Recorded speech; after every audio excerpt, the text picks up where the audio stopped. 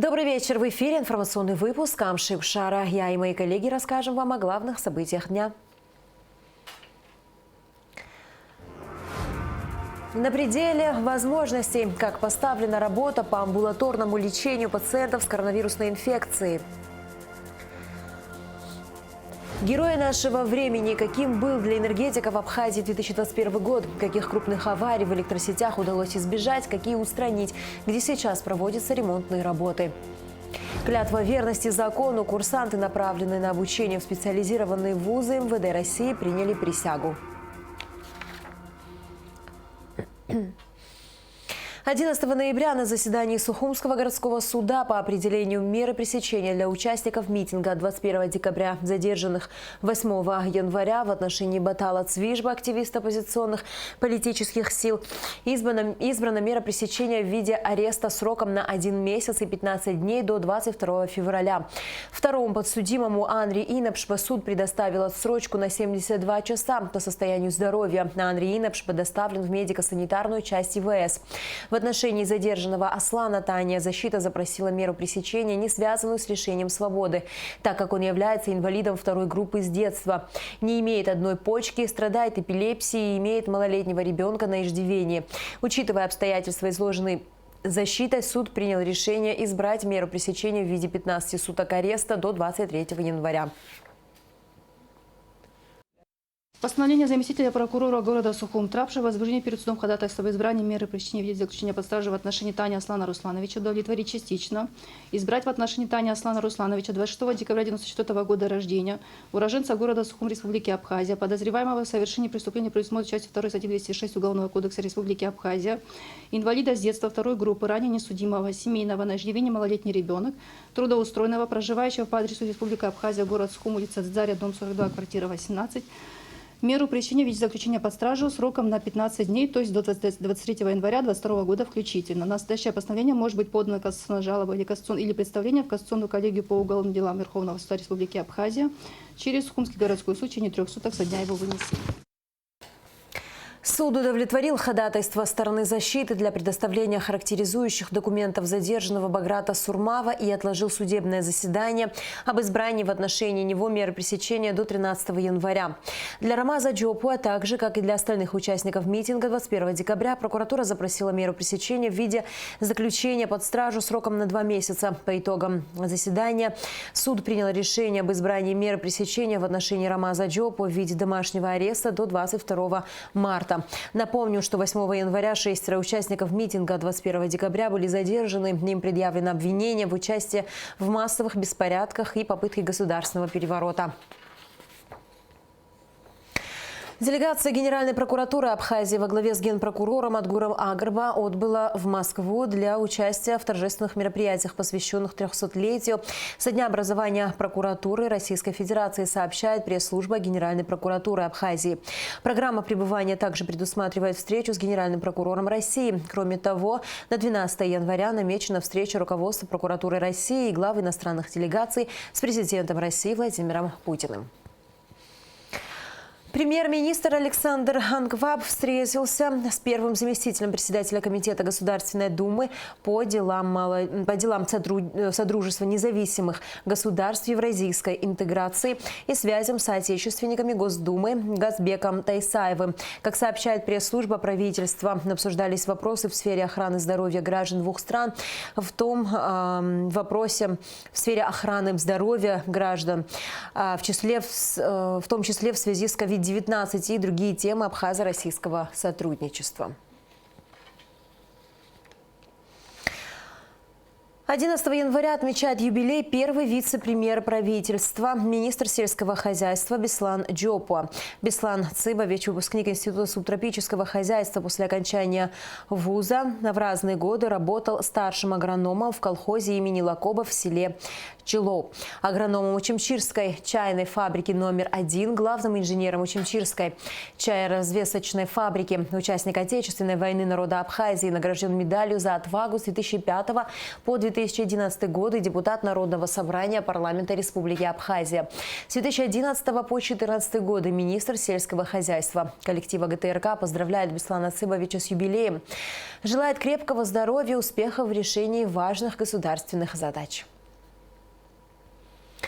К другим новостям. В период пандемии на участковых врачей ложится особая ответственность, ведь именно к ним зачастую обращаются люди с первыми симптомами болезни. В поликлиниках Сухума ежедневно дежурят по несколько участковых врачей. Как поставлена работа по амбулаторному лечению пациентов с коронавирусной инфекцией, узнавала Алика Трапш. Я ваш участковый доктор.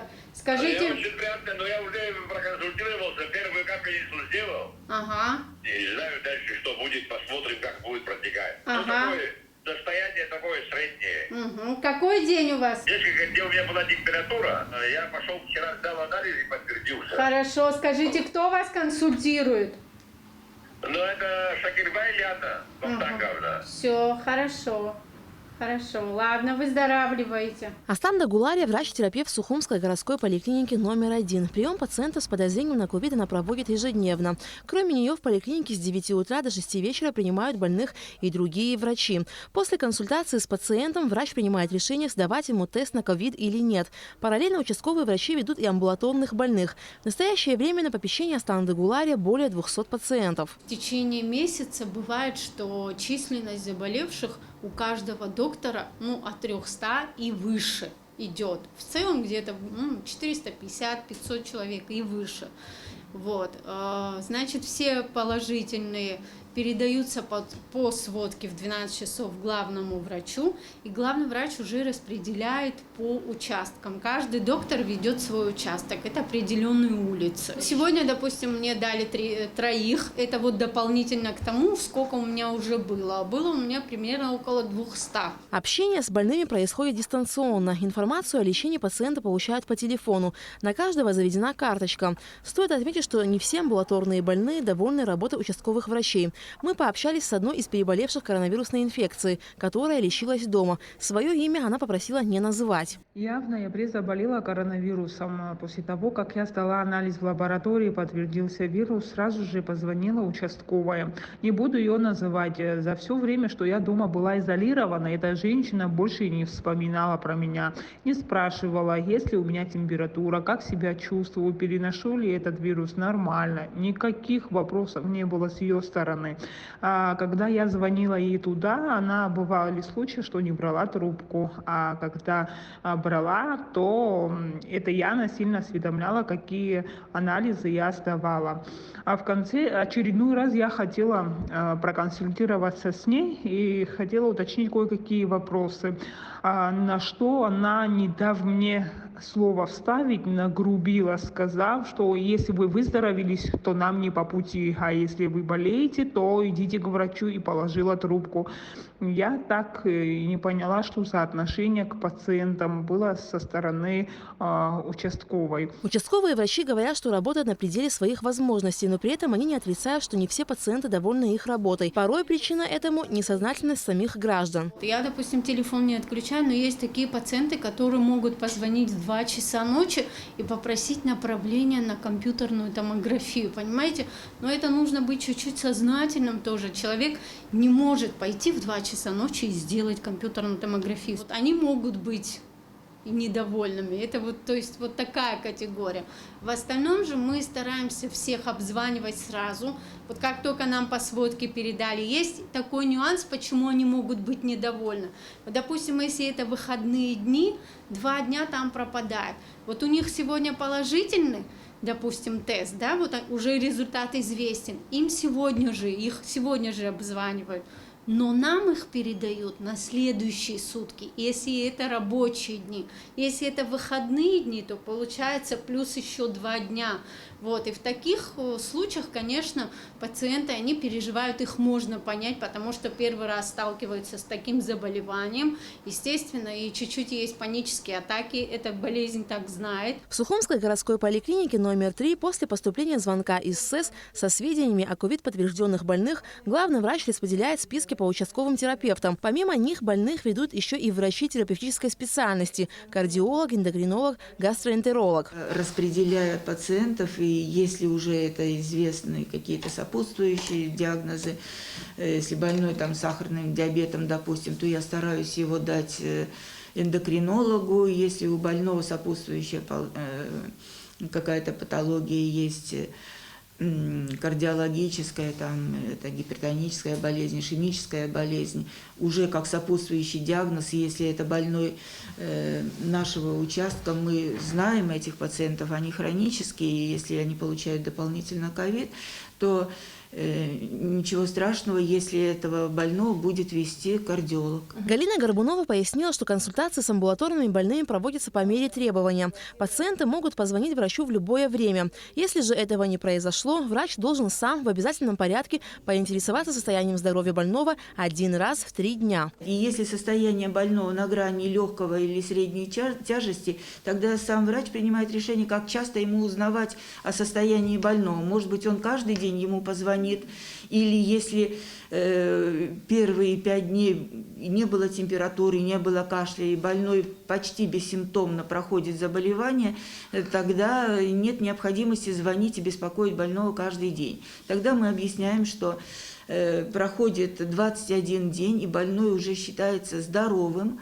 Он имеет право прийти к нам, получить справку, выписку. ПЦР сдавать не обязательно, если прошло 3 недели. Если же состояние больного за 21 день не улучшается, тогда опять-таки участковый врач принимает решение о продолжении лечения амбулаторного, приглашает его в поликлинику, где можно сделать электрокардиограмму. Уже здесь в поликлинике можно сделать лабораторные исследования. Один из амбулаторных пациентов, который также не назвал свое имя, рассказал по телефону, что ему позвонили из поликлиники на следующий день после получения положительного результата теста. Я вчера сдавал 10 числа, мне вечером ответ пришел, что у меня положительный ПЦР-тест. И на утро, было где-то часов 10, наверное, 10 еще не было, мне набрали с нашей поликлиники, спросили состояние, сказали, что открывается карточка для больничного. Потом прошло где-то минут, наверное, 30-40, нам набрал участковый врач наш. Спрашивал состояние мое, родителей, у каждого спросил состояние. И по телефону сказал, что будет нас вести участковый врач. И все назначения скидывал по телефону, скинула она нам, какие нужно капельницы делать, какие витамины пить. Завтра сказала она нам, что мы сняли КТ, и все вот эти снимки, все на телефон ей скидывать и по телефону консультироваться. В любое время суток, сказала нам, звонить, писать, не стесняться. В любое время можете звонить и обращаться, спрашивать, если что беспокоит. Учитывая сложную эпидситуацию, медики вновь призывают граждан соблюдать меры предосторожности, чтобы обезопасить себя и своих близких от последствий опасной инфекции. Алика Трапшрамо Камки, Абхазское телевидение. По данным на 11 января, из Абхазии в Россию экспортировано 19 544 тонны цитрусовых плодов урожая 2021 года. Об этом сообщает Апснепресс со ссылкой на Государственный таможенный комитет. В цитрусовый сезон 2020 года, оказавшийся рекордным по урожайности, в Россию было вывезено более 47,5 тысяч тонн цитрусовых, а в 2019 году более 12 тысяч тонн. По прогнозам синоптиков, в ближайшие сутки в Абхазии ожидается похолодание. А к концу недели снег и морозы. Это значит, что вновь увеличатся нагрузки на электросети, из-за чего и происходят многочисленные аварии. Скорее всего, энергетиков республики ждут тяжелые рабочие дни, хотя им к такому режиму не привыкать. Борьба с незаконными подключениями, огромные нагрузки и круглосуточная работа без выходных. Таким запомнился 2021 год сотрудникам энергетической сферы. Каких крупных аварий в сетях удалось избежать? Какие устранить? Где сейчас проводятся ремонтные работы? Репортаж Гугуцы Варданья.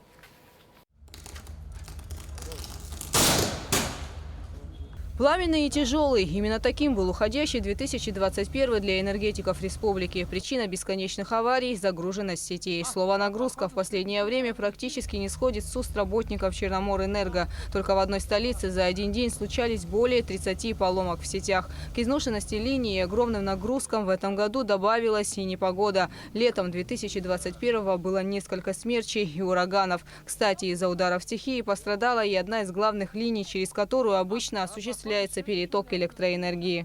По стихии была повреждена линия ВЛ ПСОВ 220 киловольт. Своевременно мы смогли восстановить эту линию. Тот переток, который получаем с Российской Федерации, могли осуществить, обеспечить. Переток из России в Абхазию поступил 18 декабря. Однако из-за больших нагрузок от графика веерных отключений отказаться не удалось. На подстанциях, питающих некоторые районы, не хватало мощностей. Чтобы улучшить ситуацию, энергетики сутками проводили работы на подстанциях Сухум-1, Сухум-2 и других. Устанавливали дополнительные трансформаторы, благодаря чему удалось достичь положительных результатов. По станции Сухум-2 110 киловольт увеличили трансформаторную мощность на 10 мегаватт, и при этом отключение от нагрузок на сегодняшний день сняты. Нагрузки с одной подстанции на другую подстанцию перебрасываем, переподключаем, и при этом,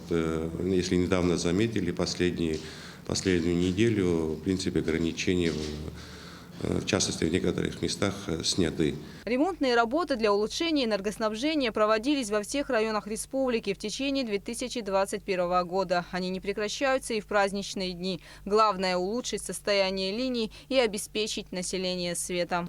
Они уже не выдерживают сечения этих кабелей, выходят из строя, где-то пожары происходят, люди обестачиваются. Мы улучшаем линии 6-10 киловольт состояние, и трансформаторные мощности приходится увеличивать на местах, где у нас перегрузы происходят, в частности 10 на 0,4 киловольт, и к нему кабельное хозяйство. От воздушной линии Ачгуара питается электричеством большая часть республики. Здесь в данное время ведутся подготовительные работы по замене линий.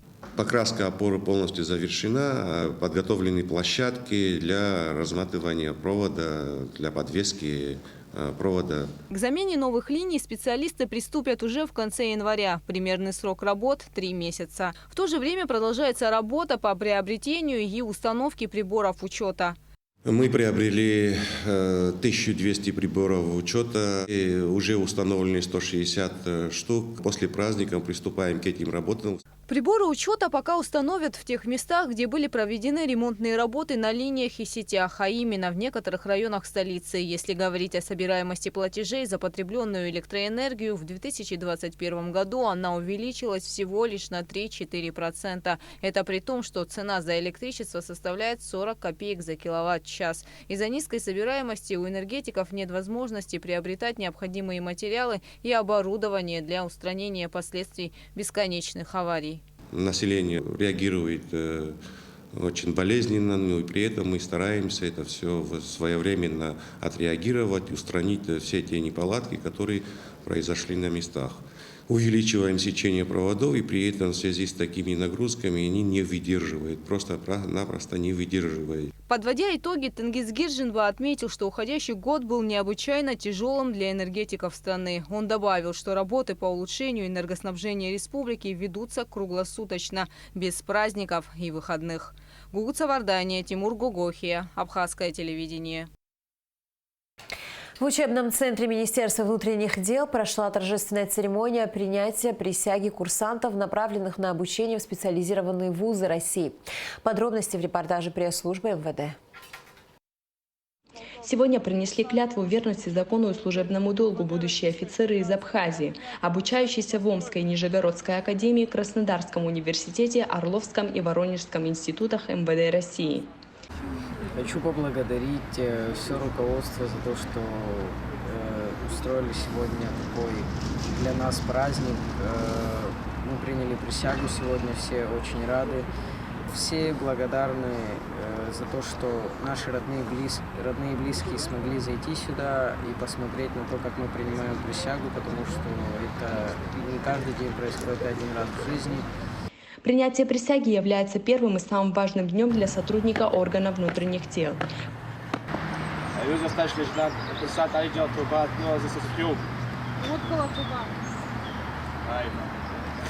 Приняв присягу, каждый сотрудник милиции возлагает на себя ответственные обязанности представителя государственной власти по борьбе с преступностью и охране правопорядка.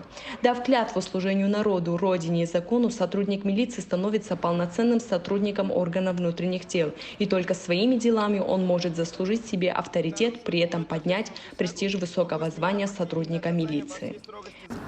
Хочу выразить свою благодарность нашему государству за оказанную возможность нашим детям получить такое замечательное образование. Очень помогали в экзаменах, поддерживались. Мы очень надеемся, что наши дети действительно хорошо отучатся и будут служить нашему государству, приносить только пользу им. Также хочу выразить благодарность за то, что мы можем присутствовать на присяге. Присяга прошла очень хорошо, и все дети очень такие молодцы. На основании соглашения о сотрудничестве между Министерством внутренних дел Республики Абхазия и Российской Федерации каждый год МВД Абхазии направляет на учебу в специализированные вузы МВД России молодых людей, которые связали свою жизнь с правоохранительной системой. Конфедерация независимых футбольных ассоциаций сообщает, что Кубок Европы по футболу 2022 года пройдет с 3 по 12 июня 2022 года в Ницце. Напомним, что турнир должен был состояться в июне прошлого года во Франции, в городе Ницца, с участием сборной Абхазии. Однако его отменили из-за коронавирусных ограничений.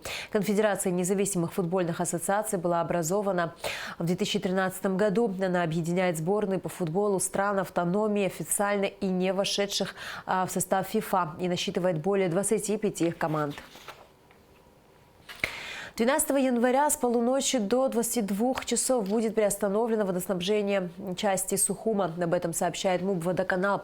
Без подачи питьевой воды останутся жители нового района, старого поселка, улицы Эшба, улица Дегейская, районов Колоса, вокзала, Виема, рынка и центра города.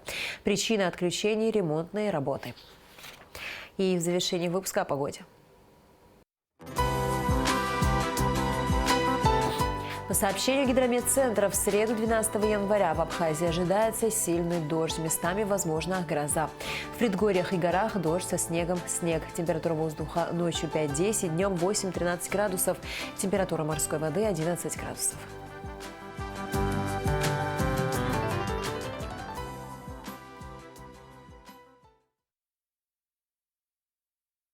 На этом наш выпуск подошел к концу. До скорых встреч в эфире.